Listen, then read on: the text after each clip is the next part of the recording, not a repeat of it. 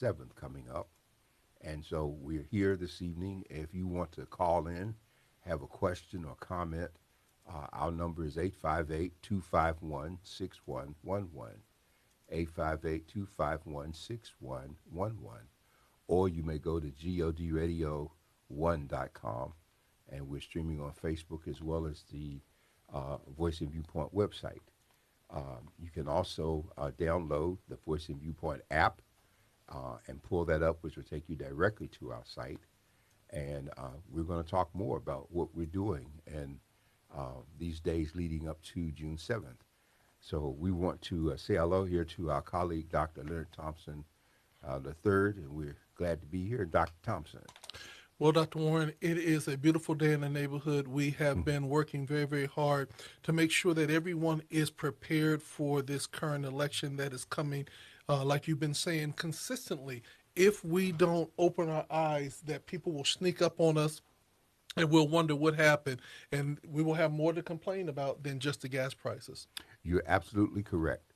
And, I was hoping that California would follow and the rest of the states would follow what Georgia has done, because during the time between the 2020 election and now, Georgia has not missed a beat. They had the special election for the two senators, Jewish and African American representation, first time in the history of the South. Mm-hmm. They are the ones that gave the control of the U.S. Senate to the Democrats, along with the Vice President Harris being President pro tem and a tiebreaker.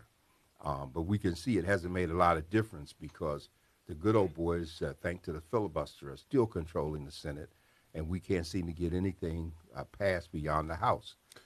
Well, Dr. Warren, one of the things that I think is very, very, you brought this up when we were talking about the past election, about how there are so many other states and so many other races that from other people from other states that are sending propaganda to California to literally get us to vote and support their people because they need to have a change. And so I get a lot of propaganda from a lot of other states.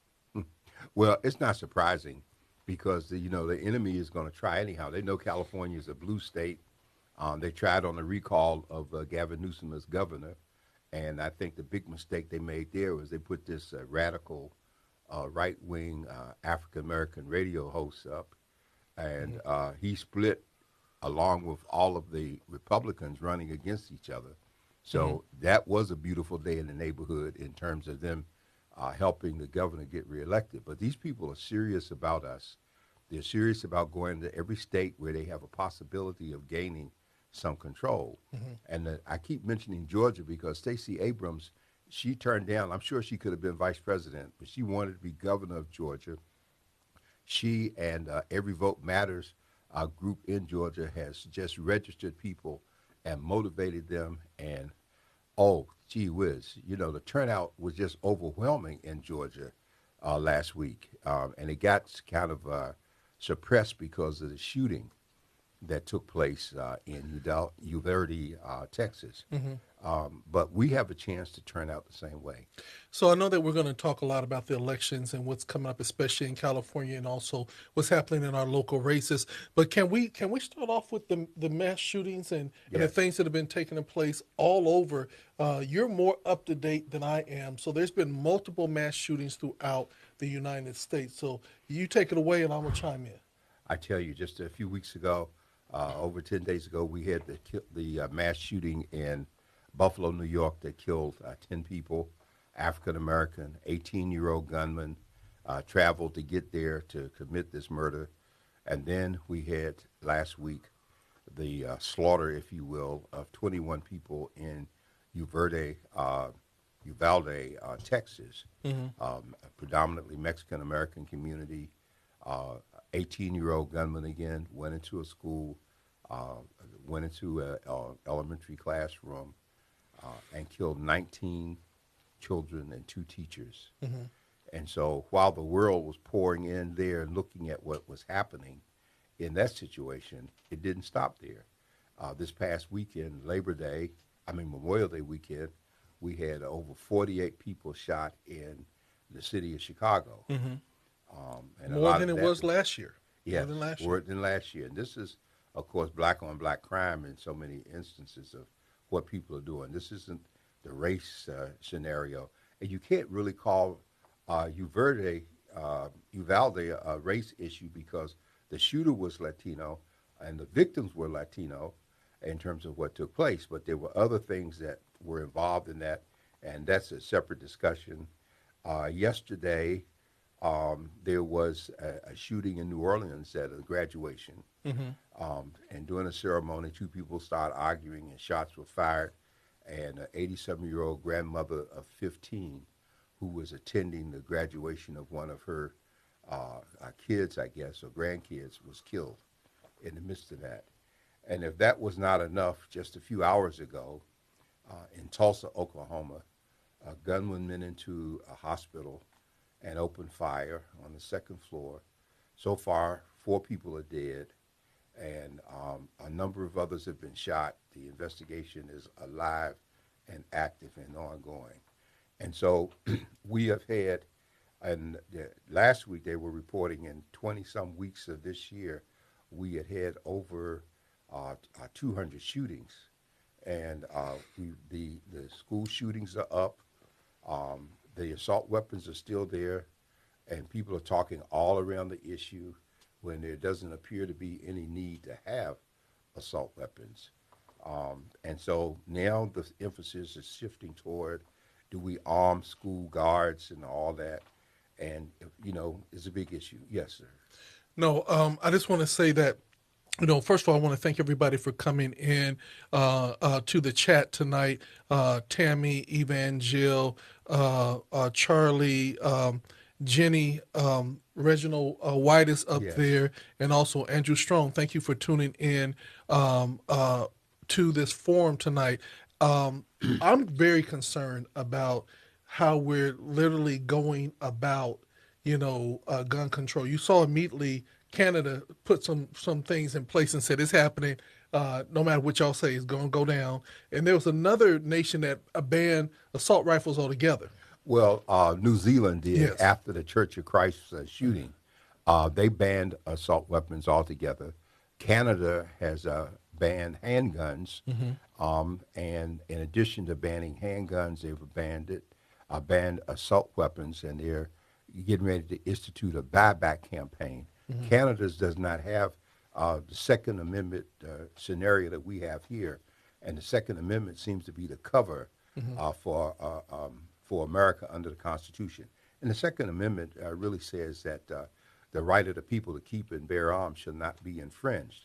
So, but it was written in the context of when we had Revolutionary War, and we had to call citizen soldiers to the battlefronts and all of those kind of things. Every state that we have now has a National Guard, and members of the National Guard are citizen soldiers. And so, but then we have another problem in America here when we talk about guns, because the NRA and the conservative right realizes that the people who live in the rural parts of this country, it's not uncommon to see that gun rack in the back of the truck, or to go in that house and see the shotgun hanging over the door. I mean, there are real life things that happen in rural areas, from animals, wolves, whatever. And, it's not like you can pick up the phone and dial, 911. Yeah, that doesn't work. But I gave them a solution to this whole. I think that they don't need to outlaw guns. You know what I'm saying? I basically say outlaw the ammunition. Make a bullet cost $20,000. Well, they'll still find a way to get bullets. But but if they outlaw the ammunition and make that not available, you can have as many guns as you want. But either the ammunition is going to be super expensive, like gas, and everybody's still getting gas, but they're not traveling as much. So if the bullets cost a whole bunch of money, maybe they'll stop shooting so much because they know that they might just walk by and go bang bang. That's a virtual shot. Well, you're close to something there. I was sharing with someone 50 years ago. I was a travel consultant, and I spent a lot of time in the islands. And for some reason, I remember, and I can't remember whether it was in the Bahamas or Jamaica, but I remember one of the places passed a gun law because in the British system, The police do not walk around armed. And I think it was in the Bahamas. They passed this gun law that said that if you got caught with a gun committing a crime, you automatically got 5 years in jail for having the gun, and then at the end of 5 years, they would try you for the crime. Okay, and so that had a profound effect. That was before the drug culture began to take over the islands, and that had an impact. But we're finding that you can't legislate what people think, and we're going to talk further about why we're having these issues and how and why African Americans are more adversely affected than many other people in the midst of it. And one of the things I want to say that they talked about over 200 mass shootings in the United States this year alone. I would venture to say that, but they're not counting all of the things that they see as violence in our community as mass shootings. But in Chicago, there's mass shootings almost weekly. Oh yeah, and they're not reporting as a mass shooting. well, those are black folks shooting black people, so what we care about that. That's just a course of life and the way business is. Yeah. But that's a very significant observation that you're making. And let us understand that while we're doing this black-on-black shooting, blacks or African Americans do not own any gun manufacturing companies. And so these weapons are being brought in and they're being made available to people. And this is the situation in Canada, that 85% of the handguns that are being found in Canada are the ones that have come over from the U.S. in terms of people crossing the border. So that gets to be very, very important. I see a note that just indicated that in the Tulsa, Oklahoma medical building, the death count has now risen from 4 to 5 people Exactly. that have died. And the reason why, as we talk about this, I think that it's very, very important that we realize that mass shootings are now at an epidemic proportion. And we have to, when you have an epidemic, just like we have the pandemic, we have to look at this as the epidemic that is not a pandemic because it's not happening all over the place, but it is an epidemic in the United States. And so we must begin to deal with it just as if it was an epidemic of medical proportion, because it is a life or death situation. And the sad thing about it is that when Sandy Hook happened 10 years ago, they said never again. And we're right back. Yeah, well, that's become a cliche now. And what we're seeing is even more important, that while some members are, a gun is neither Democratic or Republican, and neither is a bullet. And yet we have a situation where the Republicans are beginning to talk about mental health, anything except taking that gun. Now, let's not forget that last week, within 3 days of the shooting in Texas, that the NRA was holding a meeting, holding a convention.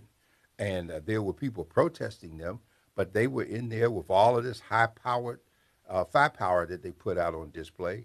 Just like if people, when they had the gun fair here in the Del Mar, you could go up to Del Mar and they were, you could get a AK-47 and all of this. There is no reason in a civilized society for anyone other than, say, the people in Ukraine who are fighting the Russians to have an assault weapon.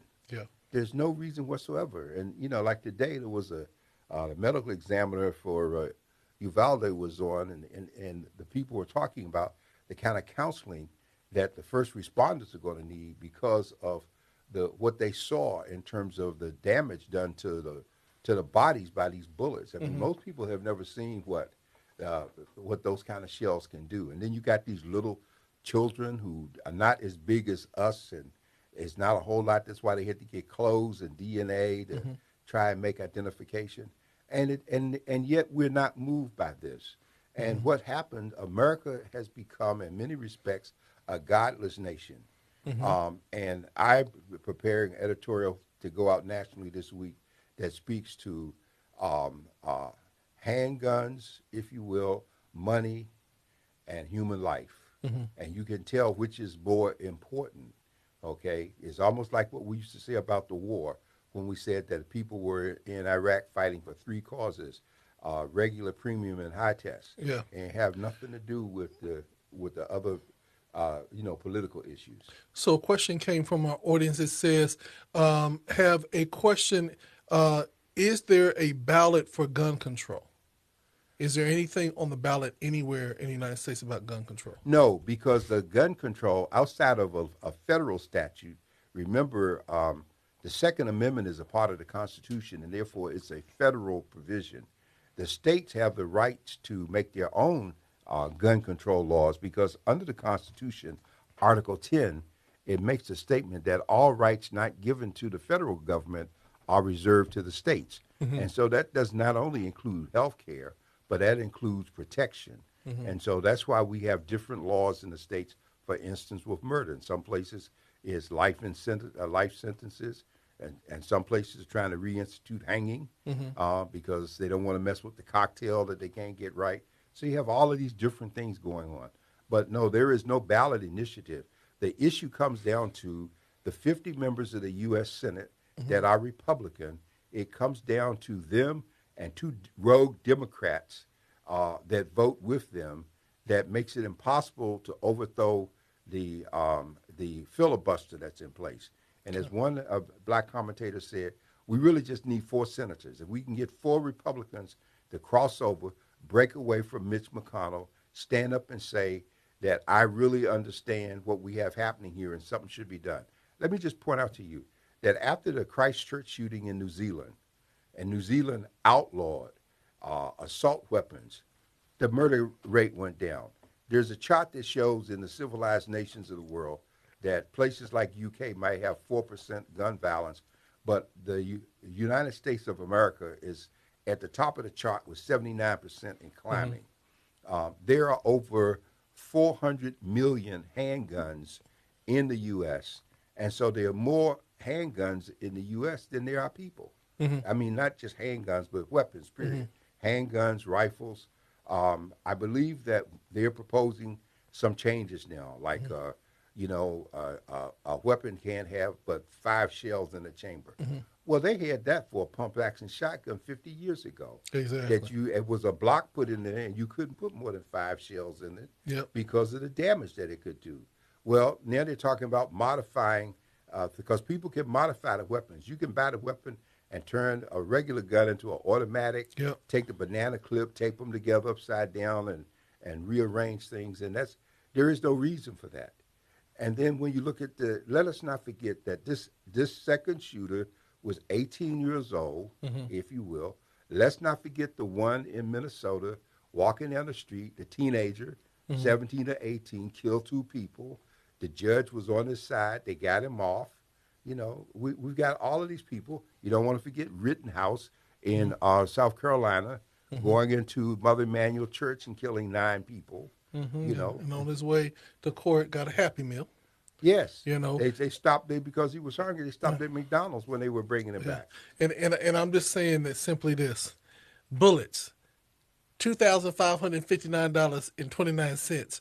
You know, mass shooting bullets are those almost special thing. That's 29,200.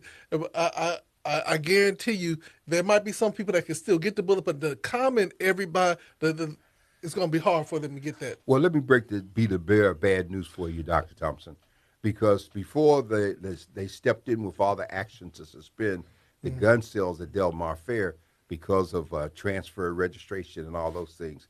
If you ever went to that fair, and I've been there and I've watched what's available, the biggest selling item is not so much of the guns. Now, I used to go in terms of antique weapons because I rode Western in the parades and everything with horses and 6 guns and all that kind of stuff. But those people are there buying the scales. They're buying what they call a brass, which is that piece that you put the gunpowder in and then you put the lead ball on top to make the bullet. And so they're making their own shot load. Okay. And so for the people making their own shot load, they're not going down to Big 5 or Walmart and say, give me a box of 38s. You know, they don't start their own mass production. They got their own mass production. And then the gun ranges are they sell shells right there on the spot as well. Okay. Well, we're not going to resolve it all tonight. No. You know, I still say 25,000. But anyway, with that being said, let's get to the election. It's time. It's right around the corner. It's next Tuesday. It is next Tuesday, Dr. Thompson. And the Voice of Viewpoint is doing everything we can to pump this election up and to get people involved. You know, this is probably one of the first times, and maybe it's the pandemic, but I have noticed a complete absence of emphasis and discussion about the election. And yet, this election, following the redistricting that just took place as a result of the mandated census every 10 years in the U.S. Constitution, is so critical. Boundaries have shifted and changed, all right? And so we don't have the African American presence that we might have had at once upon a time. But we do have some African Americans on the ballot. And what we've done in the Voice and Viewpoint is we've done a list of recommendations. We call them our primary endorsements. And I want to explain, if I can, why we've done some things that we've done, because it's not a question of people having big smiles. So if you end up getting a copy of the Voice and Viewpoint, you can get it this past week's paper, and you can also go online and find the election guide. You can go to the app, and we've rigged it so that the app can take you directly to the website. And what we are looking at here, you can see it. It's got every office at the state level that people are running for. It's got, once we do that, the federal, the state. We also have added this week to look at what's taking place in terms of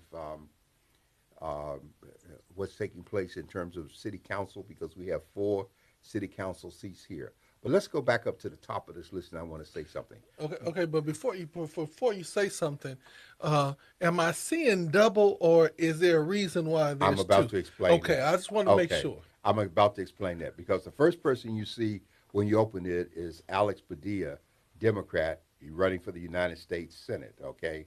And then you see his picture twice. And what's happening is, on the one hand, the first one where it says full term, he's running for a full term of his own in terms of being on the Senate. So that will be a 6-year term of office, because the Senate seats are staggered so that not all 101 run at one time. They run in thirds, okay? And so the second one is the vote for the validation of his appointment to fill the unexpired term of Vice President Harris, because Vice President Harris held that seat under the Constitution. When a vacancy occurs in the Senate, the governor of the state has the authority to appoint someone. And so he has been appointed but not elected. So he's running twice. He's running to be validated in terms of the appointment that he's received, taking Harris's position, and he's also running for a full term, because Harris's term would expire while he's there before our turn comes around again for an election. Okay, so help me to understand this. So if he wins to do the partial unexpired term, how many years is that? Is that 2 years or 1 year left on that? I can't remember. I think it's no more than about 2. Okay. I don't have the instant recall. Maybe it says down there. Yeah. Yes, it goes until 2023, I believe. It's a year. Yeah. So basically a year. And so then if he wins as a full term, does that mean his term starts then? In 2024, he starts his own full 6-year term. Okay. And if he doesn't win and somebody else wins for the full term, then he will be out at the end of Harris's term, even though he was appointed, and the new person would step in. Okay. All right. So that explains that. Right. So why we got the double shot. So if you guys see his name on the ballot twice, vote now twice. You understand that if you're going to support him, vote twice for Alex Padilla. And that's very good, because I don't think a lot of people knew that. Well, here's why I have Alex Padilla and that whole row across there, which is very important, because Alex represents one of the 50 Democratic senators in the U.S. Senate. And so the Democrats have him there, and they have 2 independents that vote Democratic. That's 50. If he loses that seat and it goes to, say, a Republican, then the balance of power can shift in the Senate just on that one thing. Okay. Remember that when Onstock and Warwick won from Georgia, the 2 of them coming into Georgia as 2 Democratic senators was what was needed to push the Democrats over in terms of control. Okay. And so it's already anticipated that somewhere they're going to lose a Senate seat, The Republicans are going to make a gain in the state, and all it takes is one vote to shift that. That could be devastating for so many of us because already Biden is held up from doing things that he should be able to do. He can get past stuff in the House, but he can't get anything out of the Senate. The gun bill that was put there in 2019, that legislation passed the House, but it couldn't get beyond the Senate. And so the House itself is also in danger because of the retirement and of people, resignations, people not running again. Republicans are expected to make some gains. And if they gain control again of the House, then Pelosi will be out. And then we have that crazy Republican who's doing everything he can as a follower of Donald Trump trying to become speaker. So this gets to be important. Well, Gavin, go ahead. Well, I think that is really important that, we have to look at the spirit of the nation, the spirit of where we're at. I don't believe Republican or Democrat can just be blindly voted for, but I can say that there are several things that we need to make sure stay in place. And with the Democrats right now in the control of both the Senate and in the House, we have somewhere to move. If we lose both of those, then we lose Biden's effectiveness to really create change. And I want to say this. And everybody can say whatever they want to say, but it's very important that you understand that when you're in the government or you're the president, you set things in motion, and they don't really come to pass until about 4 years after you're out of office. And so when Trump was in office and economy was good and everything was going well, he was riding the wave of Obama. Correct. You know what I'm saying? And that's what literally helped him through his campaign. What we're riding right now is the wave of Trump. And so the where we're at in the economics, where we're at with gas, all of that is the wave of Donald Trump. And so it is going to take another 4 years to get out of the wave of Donald Trump and get into the Biden wave. So I want people to know that while you're thinking, Biden hasn't done what he should have done and blah, blah, blah, it's really about he's got to work through the wave.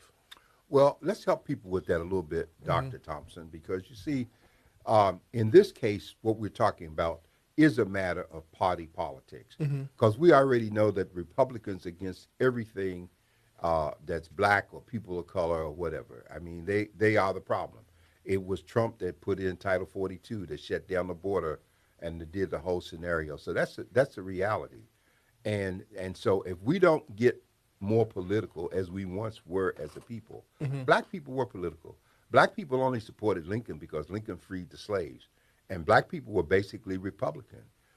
My great uncle, who was served in the House of Representatives during Reconstruction, he was a Republican.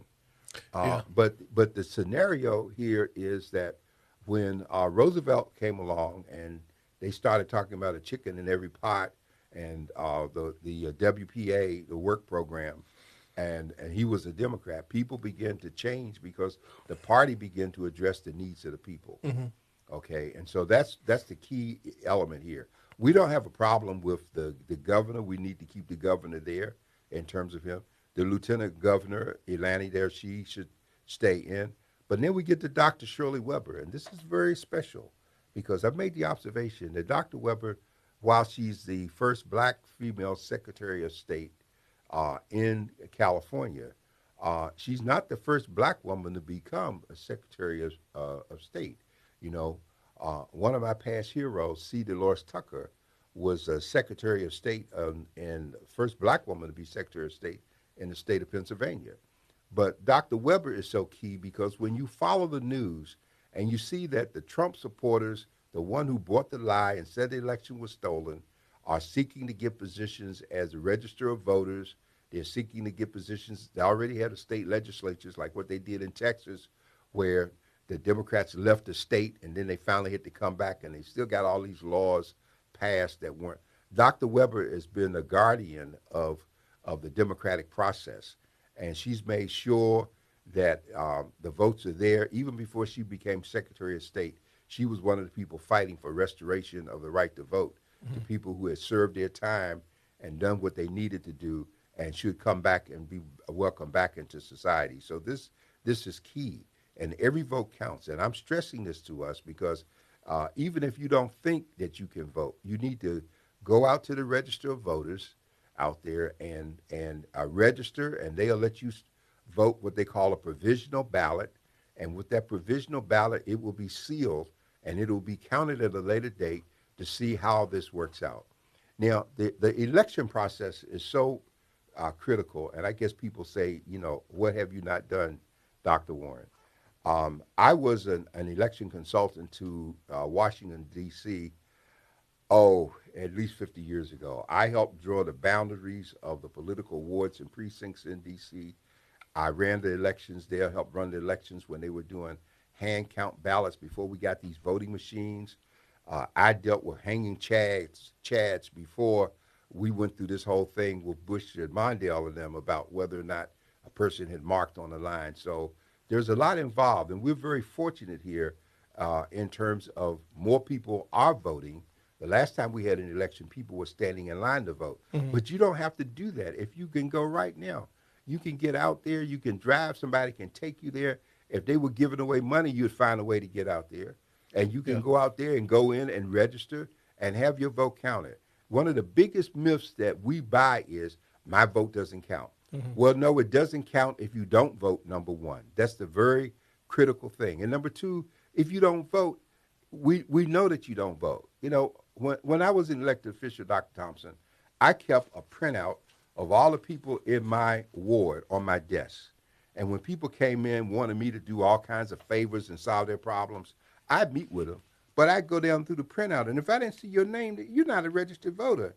I can't be wasting my time with you because I got to work for the people who voted and elected me. Exactly. So when you get registered, you can come back. Now, you called me all kind of names on your way out, but that don't still change your status. Yeah. And these are the very people who are knocking on the door, wanting all kind of special treatment and recognition, but won't take time to vote or get informed. Don't let your vote be determined. As I say in the editorial this week, don't vote what your friends tell you to vote. Well, they liked them. Well, they came to my church and they smiled at me and I shook their hand and I'm going to vote for them. Start using what's between your ears in terms of thinking. What's important to you? Is it jobs? Is it transportation? Is it taxes? Then these are things you look at in terms of voting. And I want you to be very mindful. Now, we moved to another row of people here. If you're pulling it up on the internet, we have the controller, the state controller, treasurer, and we have a brother running for treasurer. We have the attorney general running for Rob Bonta. And then we have Mark Levine, who is running for insurance commissioner. I think the brother is running for insurance commissioner. I'm sorry. Then you have, what's his name? Vincent, is it Allen? Yeah, he's running for insurance commissioner. And then Brother Jose over there that's running. So we got these people running. Most important person on that line is Malia Colin. Malia is now chairperson of the Board of Equalization. The Board of Equalization is the one that handles all of that business stuff. If you got a business and you collect taxes when you make a sale and you run those two different tapes on your cash register, that's where your money goes from that sales tax. It goes, the Board of Equalization keeps up with it and works in conjunction with the Franchise Tax Board in terms of tracking who's doing what. So if we can get this woman in there, it would be the first time that we would have an African-American controller. And the controller is so important because all the money in California that's unclaimed property that people have left in accounts and stocks they didn't get and whatever, it all goes to the controller. And there are some people who go to the controller, get the list of all the people's names and the amount of money that they have that's sitting there that's unclaimed, and then they go out and write to you and take a percentage if you respond. And why should you be paying somebody to get your own money? So you need someone who's going to help train you to understand what it is that we're doing, okay? You've got a treasurer there. I asked you to make these decisions for yourself in terms of it. You got a strong candidate for attorney general. You need to pay attention to who's the attorney general, because I give you an example. If we have a situation where the sheriff here is got all of these in custody deaths taking place, and you feel like that you are helpless, then all you really have to do is use the attorney general because he's the state prosecutor and he can go after what needs to be gotten. So we need to pay attention to that. We need to pay attention to the insurance commissioners, and we need to pay attention to these positions. If you move on up, Dr. Thompson, we did have a very interesting scenario here because in the Board of Equalization, we have people there are 4 districts in terms of the Board of Equalization. And so San Diego is in the 4th district, all right? And so you got an old guy there named Mike Schaefer. Mike's been around since the devil played in the sandbox. He's older than dirt. But Mike is probably one of the best shots that we have for our board in terms of somebody who knows the community and who is going to be reachable in terms of us doing them. We have Just wanted to know, just for the yes, record, please. how old is Dirt? Oh man, that's why I say he's older than dirt because I don't even know how old dirt is. Okay, Ever okay, since he separated the water from the land, we had dirt. okay. And I've told Mike many times, talking to him up in Sacramento, I said, Mike, you're older than dirt. All he can do is laugh because the moment you start talking to him, he wants to tell you about what happened in the beginning of time and how he was there at the creation. But from all of those things, he's still a good Democrat, and he can be helpful to us. So we need to know who our friends are in terms of what we do. We got Tony Thurman there, who is the present superintendent of public instruction for California. And Tony is doing some things. But, I can remember some 40, 50 years ago, really, when California got its first black superintendent of public instruction. It was a black man by the name of Dr. Wilson Riles. And in those days, it was very difficult to be a superintendent. In those days, in places like Oakland, they were killing superintendents with hollow point bullets dipped in the acid and all that kind of stuff. So it was a very rough time. But California was a model in the country in terms of public education. And we've gone from being at the top to almost at the bottom. And we need someone strong that's going to fight for our inclusion because as our numbers go down in the state, then our influence seems to wane with it. And that's something that we want to be very concerned about. I'm going to skip the 2 city council members for a moment there that are on the top. It's a 4 of them, really. And I want to jump down to the congressional thing. Now, on the congressional end, I see Sarah Jacobs there. And Sarah Jacobs is a new member of the House. She took Susan Davis's place. Sarah Jacobs is not one of my favorite people, and if I had my way, she wouldn't be in Congress. I'm not a fan or supporter, and I think that a lot of people have bought the smile and everything, and I think that she's there because of influence based on her last name, and I think that efforts were made to make sure she had a position in the Obama administration through donations. But the reason for I'm saying that because this is one of those cases where I have to hold my nose and vote because Sarah Jacobs is a Democratic member of the House, along with Juan Vargas and Scott Peters. And so we can't afford to lose a Democratic seat because if we lose a seat, we lose Nancy Pelosi, we lose the control and the support that the president has in terms of getting things done in the House of Representatives. So that's why I want you to be mindful that we just can't afford to be emotional. If it was up to me, I'd never vote for. But at the same time, I know what we need. I think one of the strongest members of Congress that we have at this point is Scott Peters. And Scott is really made it a point to be accessible. Mm-hmm. The districts changed based on redistricting. Mm-hmm. It took a lot of differences. Vargas gave up of some of the Imperial Valley and El Centro. Mm-hmm. But Scott is the one who really makes himself available.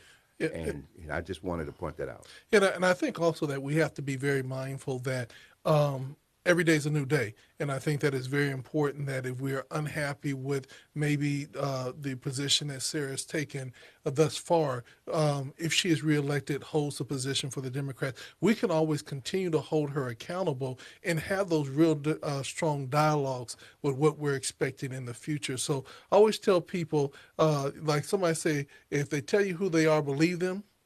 I believe that she just did her first. Was it a half term?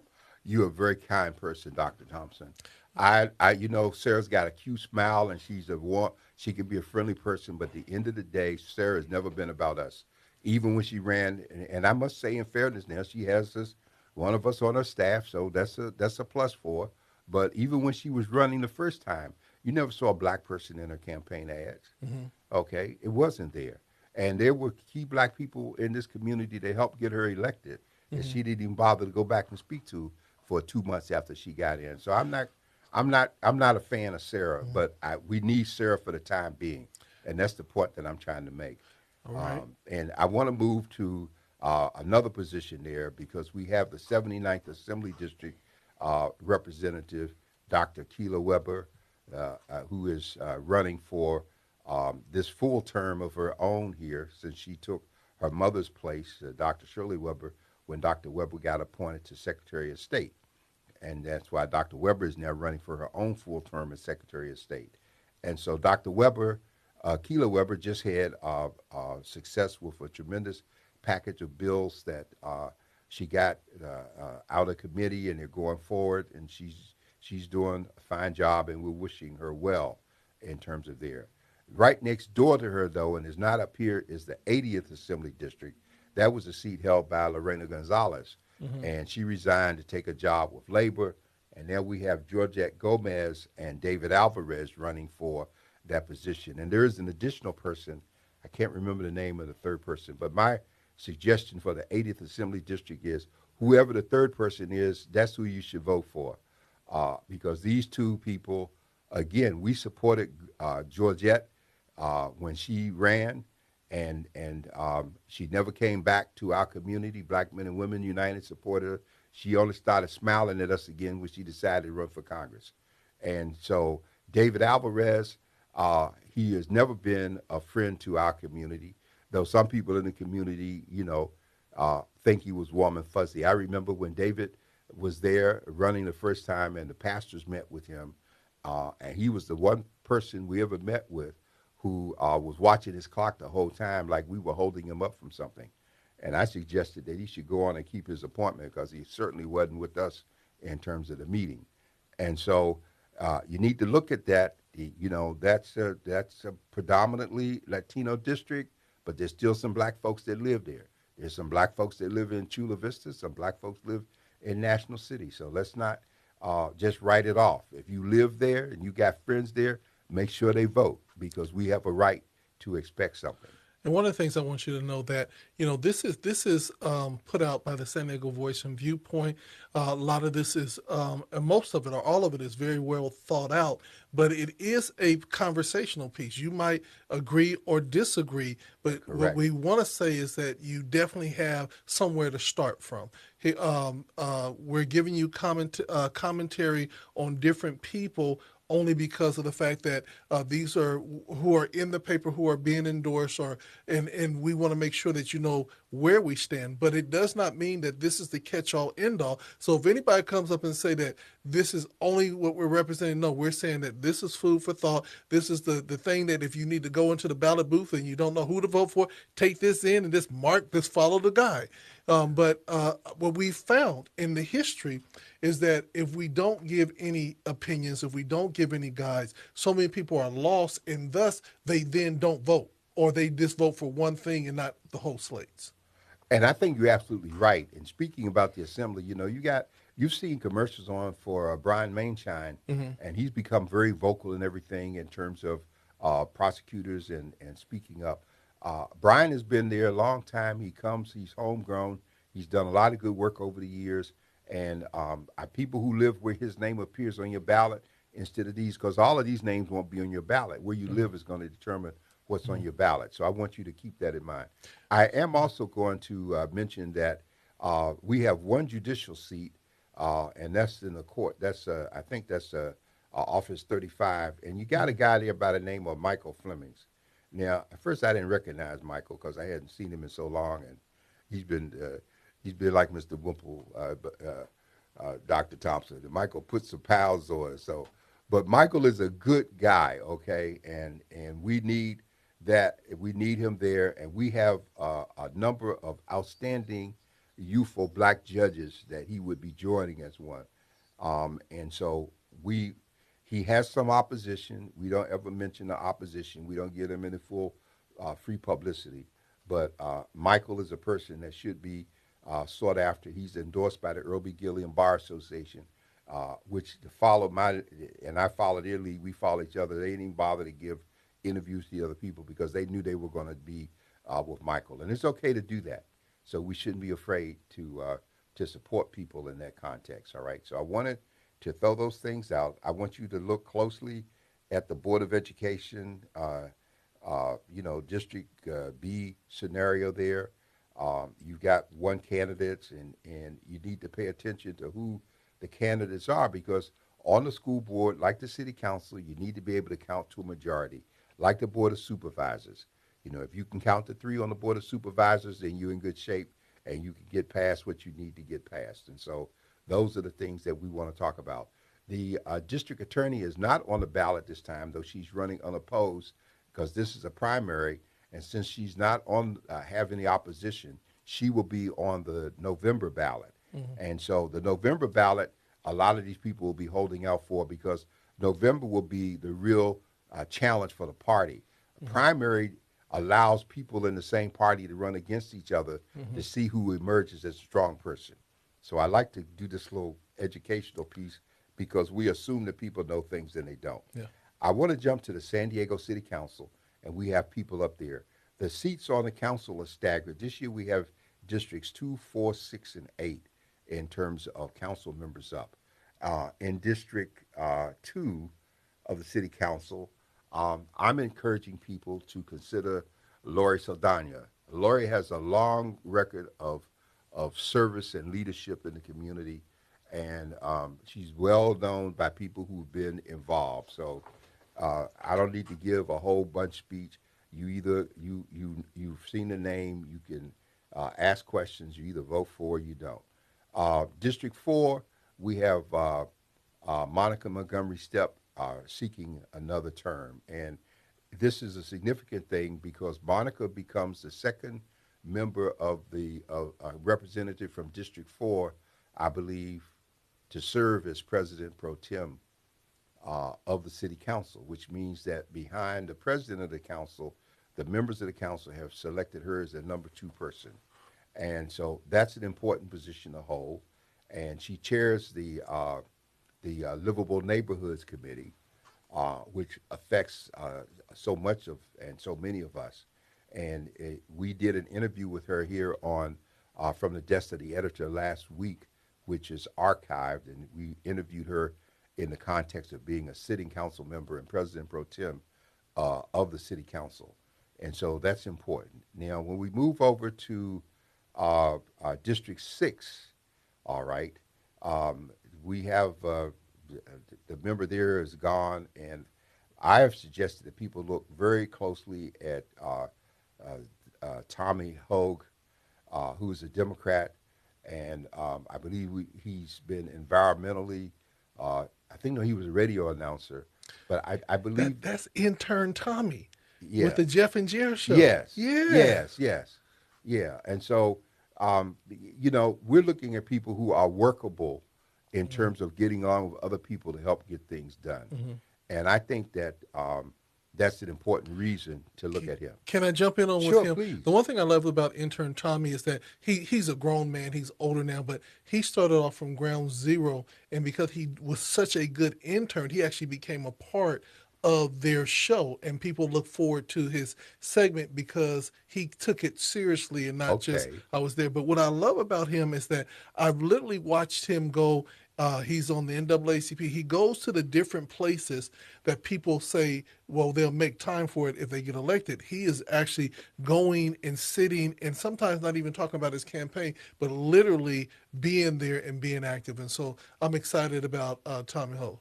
Okay, and that's why we think that makes an important recommendation. And we're going Democratic. It's not that we're against the Republicans, but we understand that we need people who are going to be more in line with the kind of things that we need to get done. And we need to be able to count to 5. And then we move over to District 8. and we're recommending Antonio Martinez over there. Now, District 8 is a district that David Alvarez represented when he was on the city council, Logan Heights area. It's also represented currently by Vivian Moreno. And it's my observation that Antonio Martinez is more of a workable person for the collective than Vivian. And Vivian has had a chance to do a lot of things for housing and homelessness and all that. And personally, I've never been too impressed with her. Yeah, and I share with people because I'm very candid about how I feel because I deal with these people 365 days, 52 weeks a year. I follow what they do and don't do. And I don't really care whether they like me or not because the important thing is not that you be sold out to look for how to win friends and influence people, but you need to be about what's good for the collective. Yeah, and also realize that if you're really truly doing media and reporting and sharing, you share the good, the good, the bad, and the ugly. And so sometimes, you might be on the same page, and it's a celebratory piece. And there are other times that people have to be challenged to do the right thing. And so you as a publisher, it's not about making friends as much as it is making sure that you're telling real stories and real truth, and that becomes an unpopular place at times. But we have to continue the effort to say where we're at now. Dr. Warren, we got about six to Yep, 8 minutes we have left, so yeah. we got to shoot through some of this stuff I fairly think we can. quickly. Yeah, we got to Yeah, shift gears now. yeah, We have another page in the paper which is called the ballot drop box locations, and what we do in that page is we list by zip code the places where there are drop boxes. If you have your ballot and you want to put it in the box and not put it in the mail, and you can track it when you put it in. So these are places that it tells you what time they're open. yes, sir. And what days they closed, which days they're open, and so we go down the zip code, Chula Vista 91910, and we give you a list because some people are there. San Diego 92101, the Old Globe in San Diego 92105, City Heights, the library, Oak Park Library, 92111, Linda Vista, Barrio Logan, Logan Heights. There's a number of stops in Chula Vista, La Mesa, 92114, Valencia Park, Malcolm X Library, 115 College, Rolando Library, San Diego Center for the Blind, Westmont of La Mesa, Lemon Grove, National City, all of these places, Spring Valley, they're all listed on this sheet so you can look and see what is closest to where you live. And these are places that have drop boxes that you can go drop off your ballot. And this is an important thing because in places like Texas, they eliminated the majority of the drop boxes, trying to make it more difficult for people to vote. And then they went into the post office and started reducing the equipment that it takes to process the things that are going to be mailed since they're not more drop boxes. And so you can select the location. It said they were closed on Memorial Day. That's passed. And you can go on the internet again.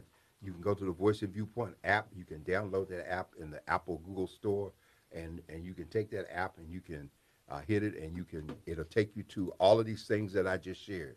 So you don't have to go out and look for a paper. You can pull it up.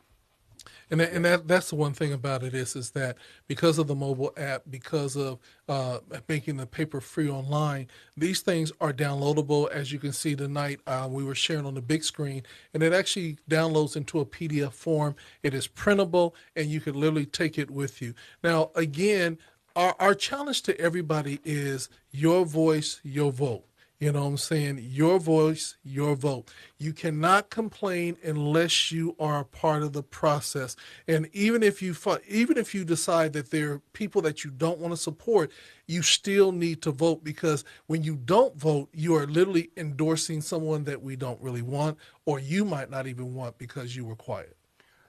You are correct. And so let's not let the weather, the fact that it's cloudy, or you don't know if the sun's coming out, or it's warm, or it turns out raining, or whatever, these things cannot be a factor for you.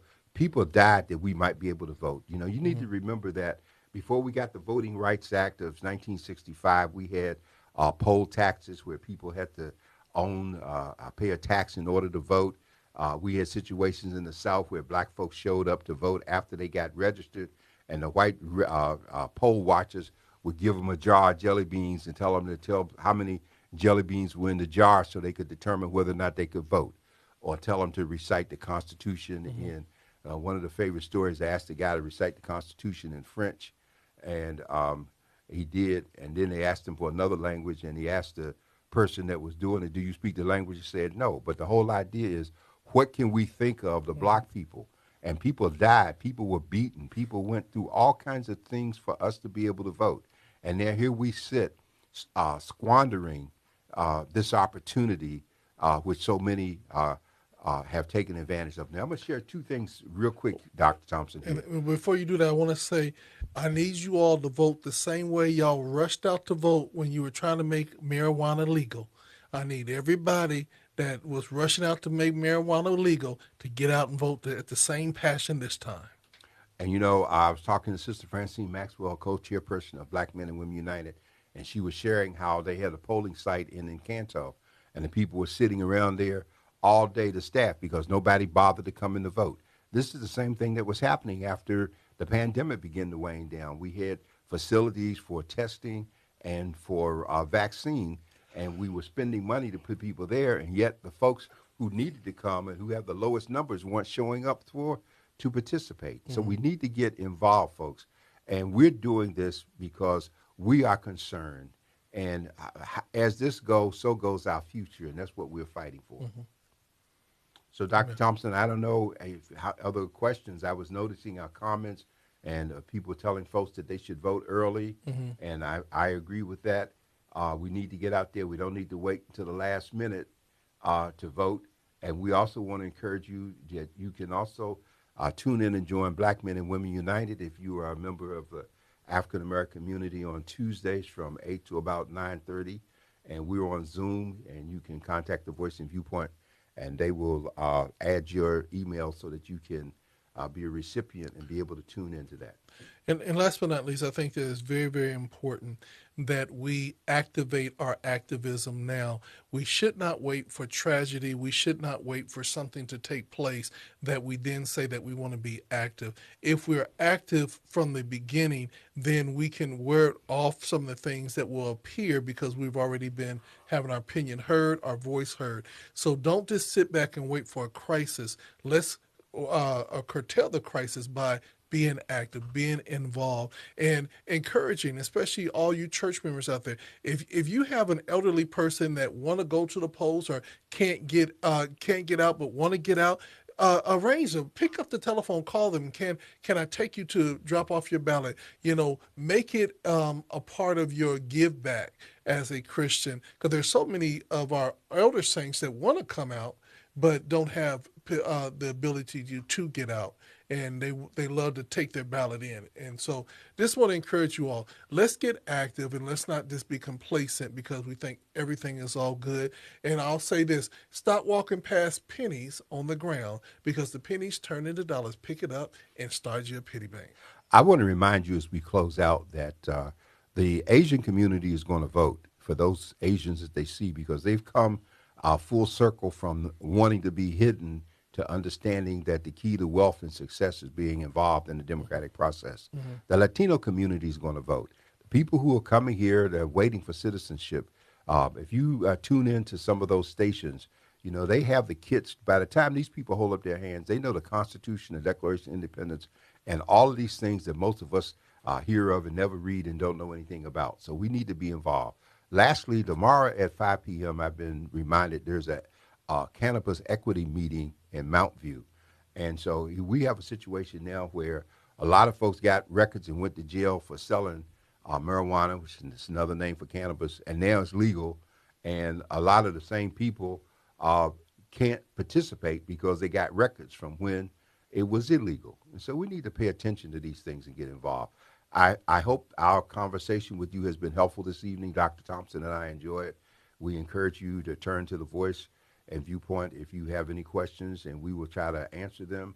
And we wish you well. With that being said, thank you so much for tuning in to From the Desk of the Editor with Dr. John Warren. We look forward to seeing you next week. It'll be after the election. We'll have a lot to talk about. Y'all be blessed and be safe.